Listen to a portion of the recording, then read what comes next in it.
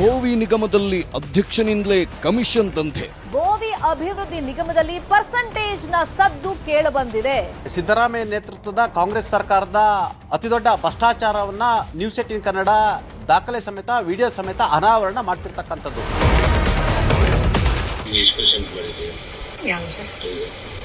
Sir ಇದಕ್ಕೆ ನಿಮ್ಗೆ ಅವಾಗ 40% ಕೊಡಿ, ಆಮೇಲೆ ನೀವು 60 ಸರ್.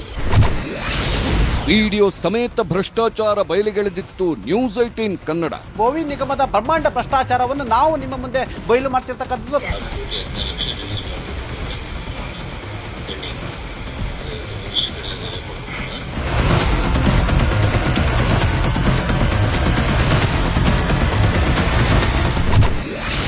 ಅಧ್ಯಕ್ಷ ಸ್ಥಾನಕ್ಕೆ ರವಿಕುಮಾರ್ ರಾಜೀನಾಮೆ, ಕೊನೆಗೂ ಪಟ್ಟ ತ್ಯಜಿಸಿದ ಭ್ರಷ್ಟ ಅಧ್ಯಕ್ಷ.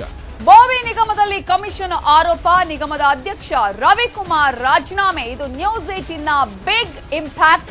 ಕಮಿಷನ್ಗೆ ತಲೆದಂಡ. ನಮ್ಮ ನ್ಯೂಸ್ 18 ಕನ್ನಡ ಬಿತ್ತರಿಸಿದ ವರದಿಯ ಒಂದಷ್ಟು ತುಣುಕುಗಳನ್ನು ಸ್ವತಃ ಮುಖ್ಯಮಂತ್ರಿಗಳು ವೀಕ್ಷಣೆಯನ್ನು ಕೂಡ ಮಾಡಿದ್ರು. Ravikumar resign, news 18 big impact.